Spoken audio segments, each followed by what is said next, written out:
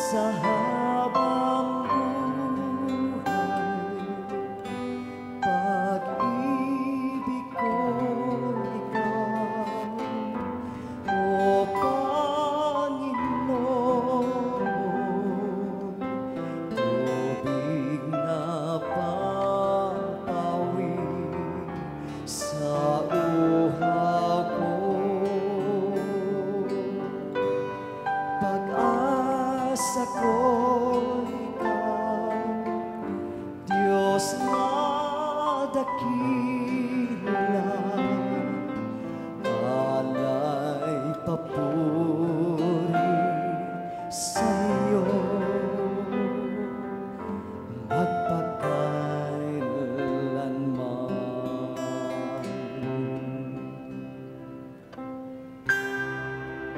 Jesus, Jesus na makapangyarihan,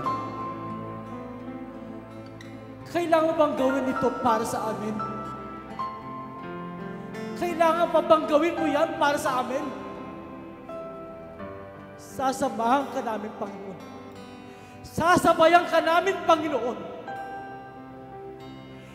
Patawarin mo kami sa aming mga pagkakasala, Panginoon. Patawarin mo kami. Tulad mo yung pag-ibig na walang hanggan.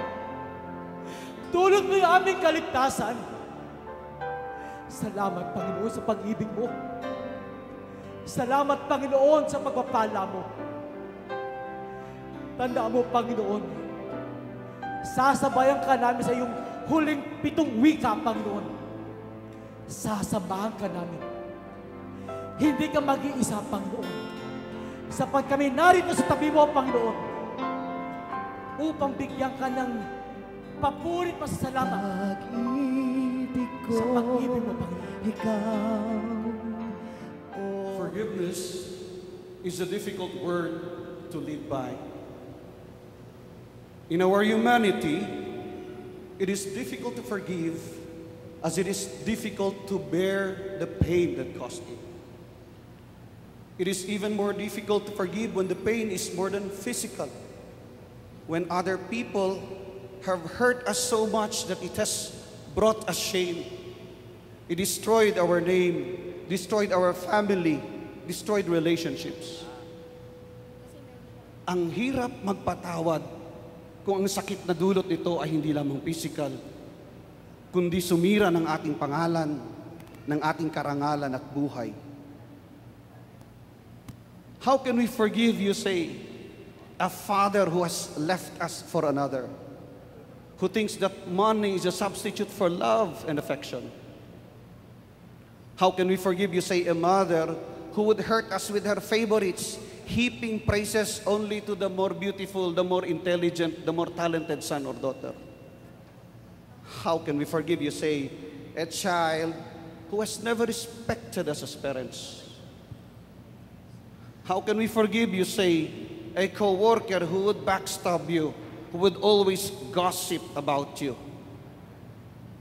How can we forgive, you say, a friend, a trusted friend who deceives you and betray you and leaves you for nothing? In our humanity, we cry that they pay the price for the pain they did to us. And we say, ipapasa Diyos ko na lang. What if Jesus, in His humanity, would think the same way? Don't you think it's also fair for Him to ask His Father that these people be punished instead of asking that they be forgiven? Yes. Yeah, after all, He has done them no wrong. After all, it is He, the Father's Son, who is betrayed here. After all, it is He, the Father's Son, who is condemned to die here. But Jesus chose to forgive. Jesus chose to intercede for all of us, for the people, saying, Father, forgive them, for they do not know what they are doing. How can we forgive? Like Jesus then, when we have never taught ourselves to forgive, we live lives full of hatred. We are so caught up in our pains that we never gave ourselves a chance to be healed and be made whole. But it's Good Friday once again, my friends, and look at the cross. When we complain about all the sufferings and the humiliations and the frustrations and the losses that we have in life, what suffering can we experience more than He did? What humiliation can we sustain, can we endure more than He did? In the cross, the words of prophet Isaiah in chapter 53 were fulfilled when he said that the suffering servant would pray even for his transgressors. In the cross, Jesus practiced what He preached, to forgive the persons who has done you wrong as many times as they did hurt you. 70 times, 7 times. In Matthew 25 and in Luke 6, He said, love your enemies. Do good to those who hate you. Bless those who curse you. Pray for people mistreating you.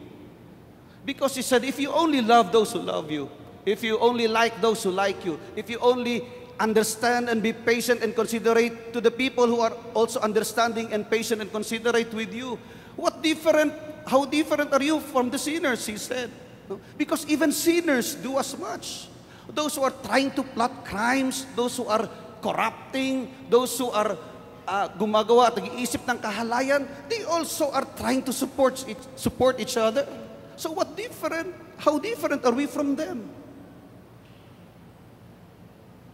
You see, forgiveness was and will always be the gift of the Father to us, earned at the price of Jesus' life.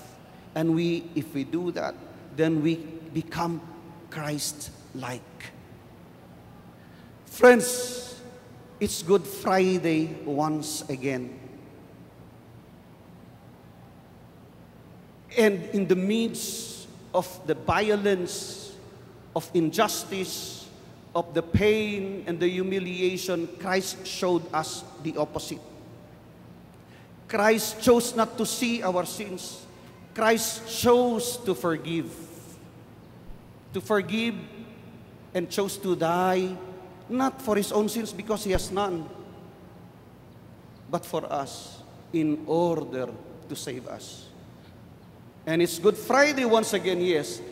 And while it's good to commemorate Good Friday by the dying words of Christ, by the last words of Christ, it's even better to commemorate it by living His word. And in the midst of all those, Jesus chose to forgive. And so, when we try hard to forgive an erring husband or a wife or a friend, Good Friday is happening. When we choose to forgive a friend who betrays, Good Friday is happening. When we choose peace over violence, Good Friday is happening. When we choose to understand, to love, and forgive ang mga taong kahit ang hirap pakisamahan, Good Friday is happening.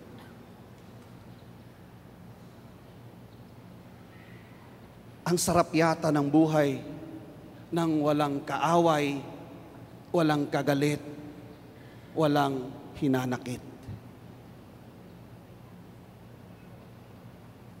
Please pray with me. Almighty Father, when we could not find it in ourselves the courage to forgive, teach us to live and not just mouth the words Jesus said on the cross. To forgive, not only because you command us so, not only because you showed us, but because you have allowed us to experience how it is to be forgiven, that has made us again your sons and daughters in your Son, Jesus Christ. This we ask of you through Christ our Lord. Amen. Father, forgive them, for they do not know what they are doing.